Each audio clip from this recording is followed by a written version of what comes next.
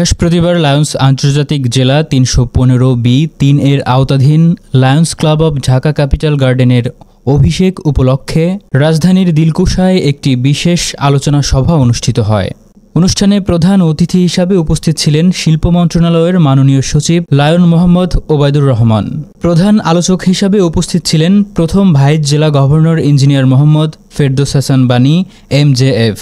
অনুষ্ঠানে বিশেষ অতিথি হিসাবে উপস্থিত ছিলেন জাতীয় গৃহায়ণ কর্তৃপক্ষের চেয়ারম্যান লায়ন সৈয়দ মোহাম্মদ নুরুল বাসির এবং রাজধানী উন্নয়ন কর্তৃপক্ষের যুগ্ম সচিব lion doctor Mohammad Alam Mostafa. Lion club আসলে সমাজসেবামূলক একটি প্রতিষ্ঠান। আমরা সবাই নিশ্চয়ই সমাজ সেবা করতে চাই। সমাজ সেবায় উদ্বুদ্ধ হয়ে আমরা এই ক্লাবের সদস্য হয়েছি। আমরা যে পদে থাকি না কেন সেটি বড় পরিচয় নয়। আমাদের সবচেয়ে বড় পরিচয় হলো আমরা লায়ন ক্লাবের একজন সদস্য। লায়ন্স ক্লাব সারা বাংলাদেশে, সারা দুনিয়াতে আত্মমানবতার সেবায় কাজ করে দেয় এবং বাংলাদেশের মতো তৃতীয় বিশ্বের একটা দেশ, সেখানে ঘূর্ণিঝড়, জলোচ্ছ্বাস, বন্যা, মহামারী যত কিছু আছে, সেখানেই এই আত্মমানবতার সেবায় লায়নের হাত প্রসারিত করার সুযোগ আছে। এবং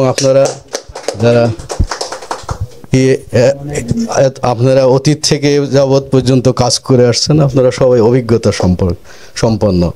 আপনাদের কাছে আমি জাস্ট আসছি দোয়া নিতে এবং আপনাদের অভিজ্ঞতায় সমৃদ্ধ হতে। আপনাদের সঙ্গে থাকতে পারলে নিজেকে গর্ববোধ করব।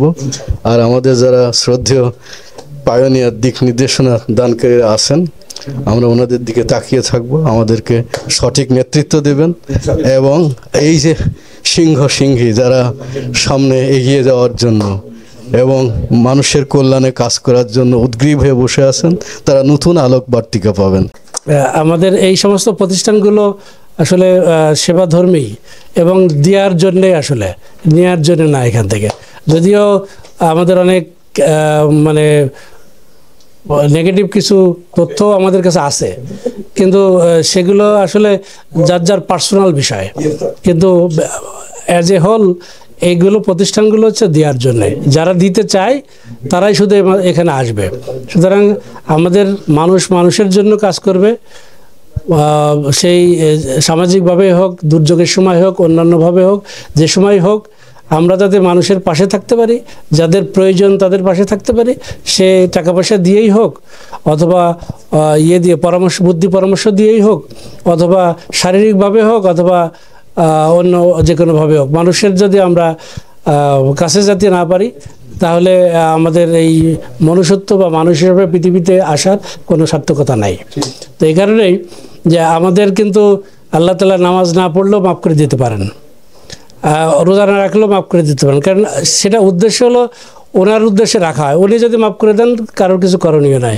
কিন্তু যখন আমরা একজন মানুষের সাথে আরেকজন মানুষ মিশবো, তার সাথে বিহেভিয়ার, তার সাথে চলাফেরা, এইগুলো যদি আমার না হয়, মনুষ্যত্ব বোধের থেকে না হয়, আমি যদি তার সাথে খারাপ ব্যবহার করি, বা আমার কলিগের সাথে, আমার জুনিয়রের সাথে, অথবা আমার বন্ধুবান্ধবের সাথে যদি আমি খারাপ ব্যবহার করি, এটা আল্লাহ তাআলা নিজে কখনো মাফ করবেন না। কারণ হচ্ছে যে ওই ব্যক্তি যদি অসন্তুষ্ট হয়, উনি মাফ করলে তার মাপ পাওয়ার কোনো সুযোগ নাই।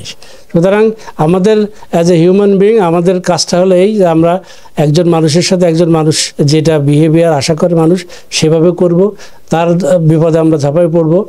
আর এই কাজগুলোই লায়ন্স ক্লাব, রেড ক্রিসেন্ট এইগুলো করে থাকে।